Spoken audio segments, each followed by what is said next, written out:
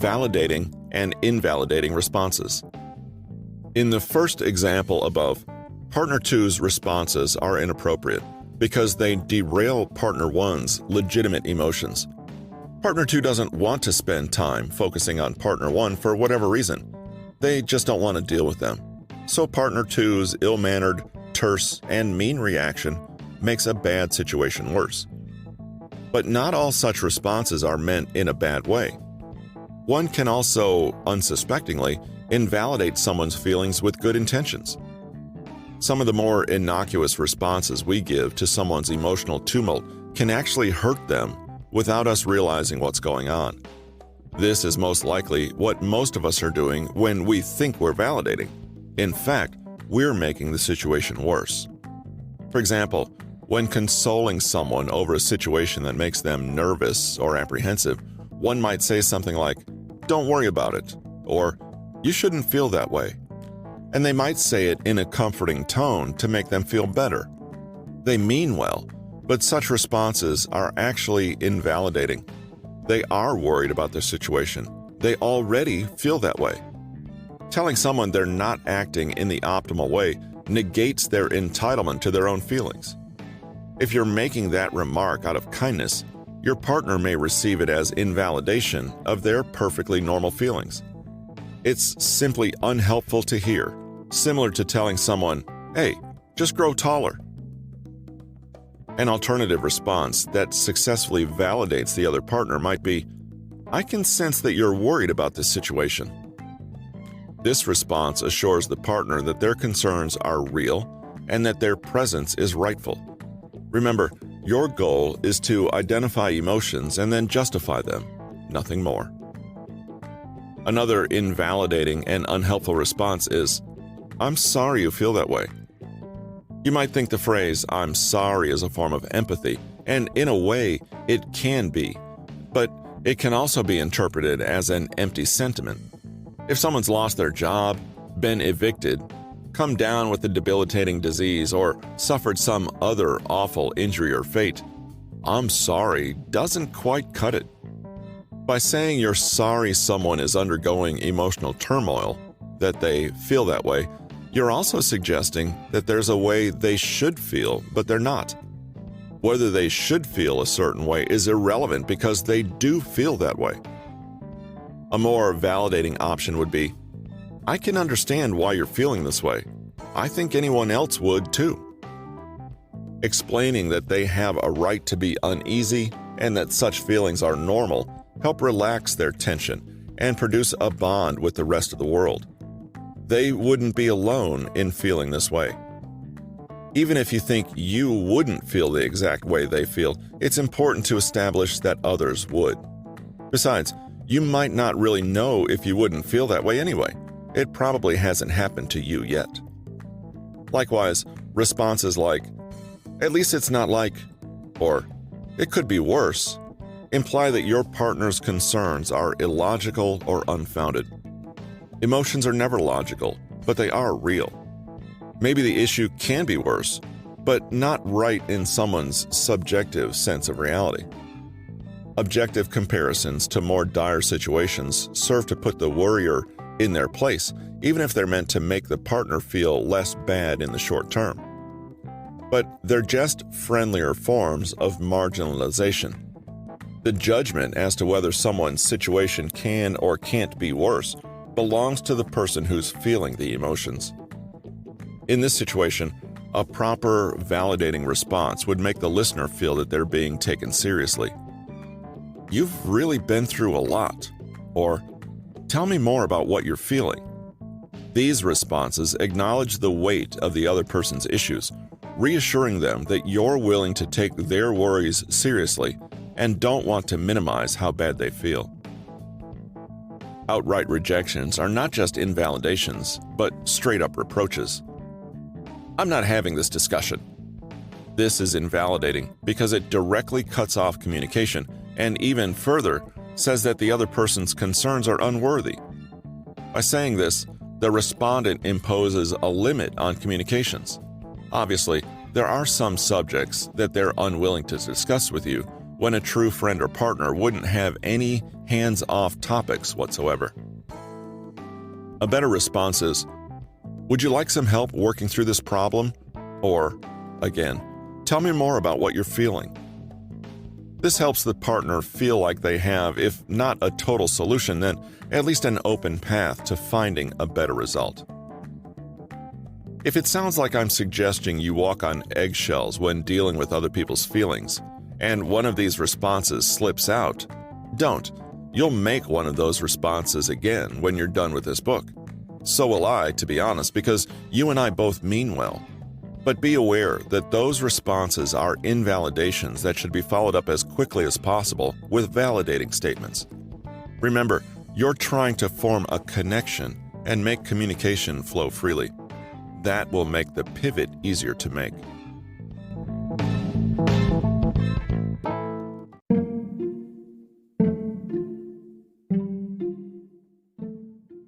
Hello, listeners. This is Russell with Newton Media Group, and I want to thank you for the time you've spent listening to the Social Skills Coaching Podcast.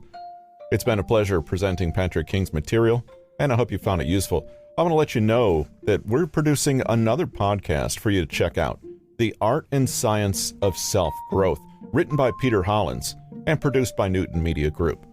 We'll have some bonus material in the next few episodes from that new podcast, and I hope you'll find it informative and helpful. Check out the show notes for the anchor.fm link, or search your podcast provider for The Art and Science of Self-Growth by Peter Hollins. Before we get to that bonus audio, let me ask you a question. How often do you experience low energy or fatigue, erectile dysfunction, low sex drive, anxiety, brain fog, or even just have a hard time making decisions? These are all symptoms of a hormonal imbalance, and here's a stat for you. 1 in 4 men over 30 have hormonal imbalances and are low in testosterone. This condition is often misdiagnosed. I'd like to introduce you to our sponsor, Let's Get Checked, a company with the mission to make professional health testing easily accessible. Their fast, affordable, and confidential at-home male hormone test kits help you take a measured approach to your health and measure your hormone levels from the comfort of your home. Even better, Let's Get Checked customers can get 20% off by using this URL, trylgc.com/NMG. That's N as in Newton, M as in media, G as in group. It's really easy. Here's how it works. Go to trylgc.com/NMG. Choose your test online and it'll be delivered to you in discreet packaging with next day delivery. Activate your test online and collect your sample one morning. Return the sample using the prepaid shipping label provided. Once your sample arrives in the lab, results will be available from your online account within 2 to 5 days. You'll get results on 5 hormonal levels: testosterone, sex hormone binding globulin, prolactin, estrogen, and your free androgen index, all without ever having to go to a doctor's office or a laboratory. I've recently experienced my own kind of brain fog and low energy. I was very interested in my hormone levels, and I can't think of a better way than was offered with Let's Get Checked. Everything needed was in the kit with step-by-step instructions. It only took 10 or 15 minutes for the whole process. This testing isn't just for men who think they're in a funk. All men should be testing their hormone levels on a regular basis. Let's Get Checked labs are CLIA approved and all data is completely anonymized. Get 20% off at trylgc.com/NMG. That's trylgc.com/NMG. N as in Newton, M as in media, G as in group. Now, back to the episode and that bonus material from the new podcast, The Art and Science of Self-Growth by Peter Hollins.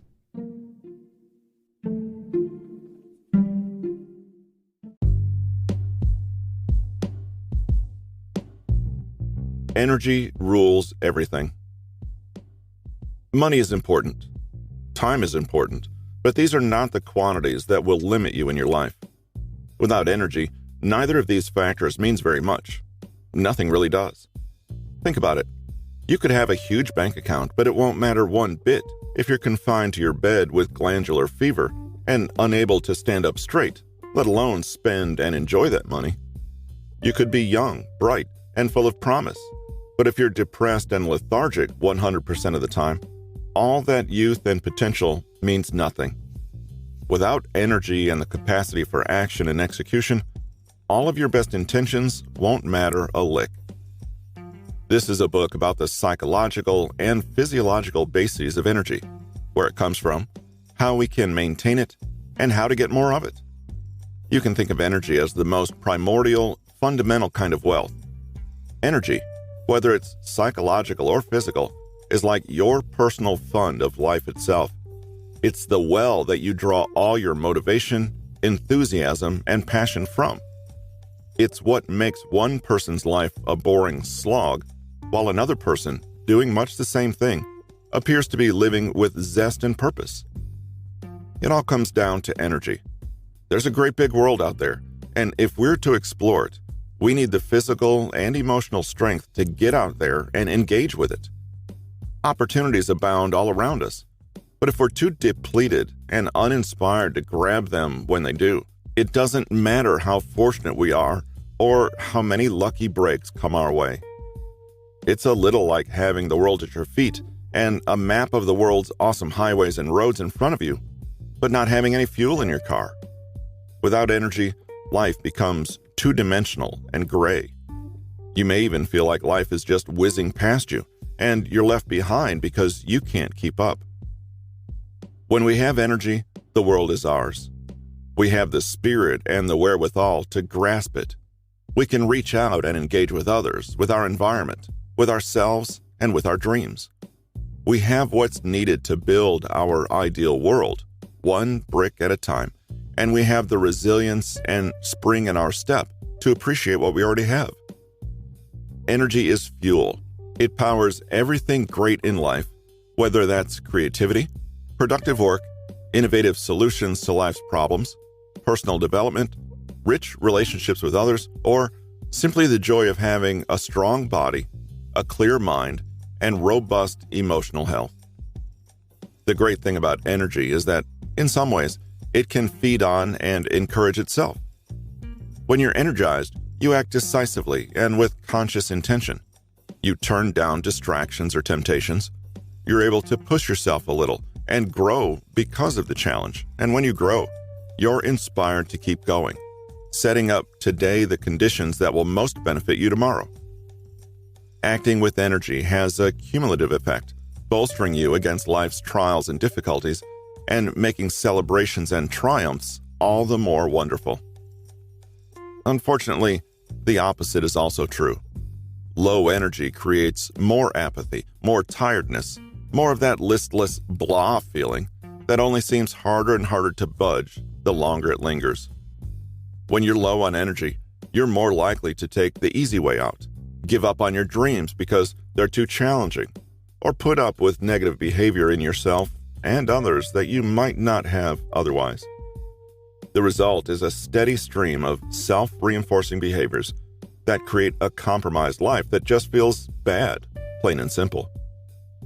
This is why it's so important to focus on energy. It doesn't matter how many other great things you have going on in your life. If you don't have the energy to engage with them properly, to appreciate them, to bring them to life, it's the same as not having those great things at all. In a way, we can think of this as multiplying by zero, a mathematical mental model that preaches the importance of shoring up your weaknesses.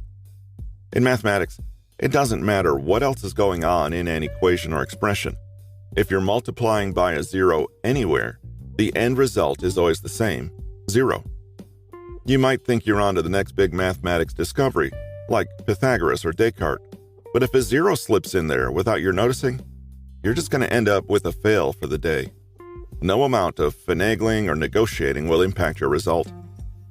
And so lack of energy is like the big fat zero that cancels out all your other efforts and intentions, no matter how grand and noble they may be.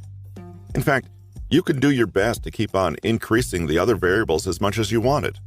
For our purposes, well-wishing, hoping, dreaming, good intentions, and self-flagellation. But it wouldn't matter. Even infinity multiplied by 0 is still 0. A chain, as they say, is only as strong as its weakest link. Even if all the links in your life are looking pretty good, they can't do much about that one wobbly link, that 0 that can break and undermine the strength of the entire chain. In this book, we're going to first examine ways to make sure your energy quotient is a non-zero, and in fact, is always one of the most powerful variables at your disposal. Soon after, we'll focus on optimizing the rest of the equation, learning to beat procrastination, creating better goals, and manipulating our psychology to be more effective and efficient. Often, you'll find that increased energy is the true cure to what ails you because it allows you to have willpower, dig deep, and reach goals. That's the real secret behind traits like self-discipline and resilience. Let's consider a real-life example. Since you can remember, you've wanted to write that special novel about cats and murder on the Hawaiian island of Oahu. You have so many big ideas, a real message you want to share with the world, but somehow it never comes together. You wake up in the morning and promise yourself you're going to find time to sit and write today. You can barely sit still because of your anticipation over plotting, character development, and the invention of a new fantastical language. For the cats, obviously. But then, after a hard day's work, after your commute home, after housework, and just, well, life, you're exhausted. Suddenly, you don't feel quite so inspired. You put off your great novel dream until tomorrow. Tomorrow becomes next week and then next month. And so it goes. Let's run through a list of common recommendations for someone in your current position of struggling to write a novel. You could try and take other people's advice on how to write your book. You could read about making better plans and outlines, or join a writing group, or even hire a writing coach to help you out of your writer's block. These recommendations try to improve or optimize other variables in the equation, but they don't address the real problem. You don't have writer's block, and you don't need a coach. You've just run out of energy, and you're trying to multiply by 0. And again, when your energy's at 0, none of that other stuff matters. So long as that's the case, you're going to keep coming up short when it comes to things that you really care about. When you zoom out and take a bird's eye view, you can see so much of what's out there in the personal development realm as merely the hopeless attempt at increasing numbers in the rest of the equation without doing a thing to increase that big fat 0 that will cancel it all out. You could waste unbelievable amounts of time trying to understand the psychological, cognitive, institutional, behavioral, or maybe even spiritual dimensions to why you can't achieve the things you've already identified as important. But there's a pretty simple explanation that will help you understand all of this without resorting to all these theories. You're tired. You simply ran out of energy. Your gas meter is out. Your battery needs recharging. After all, at the end of the day, we are all biological beings. We're all organisms that need energy to work, to move, to communicate, to live. If that aspect isn't working well, all the rest is utterly irrelevant. So, it's no use talking about motivation or passion or inspiration, or even deeper things like life purpose and vision, if you're exhausted and have already burnt all your life fuel for the day. With this in mind, let's turn our focus from the rest of the equation and learn more about the one element that is quietly undoing all your effort, that tiny 0 that nevertheless has a big impact. We can break down energy, psychological and physiological, into 4 general categories, and this is well represented by the concept of the energy pyramid as put forth by Tony Schwartz.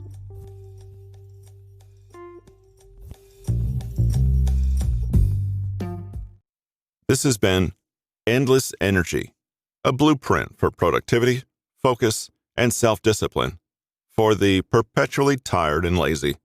Written by Peter Hollins, narrated by Russell Newton. Copyright 2019 by Peter Hollins. Production copyright by Peter Hollins.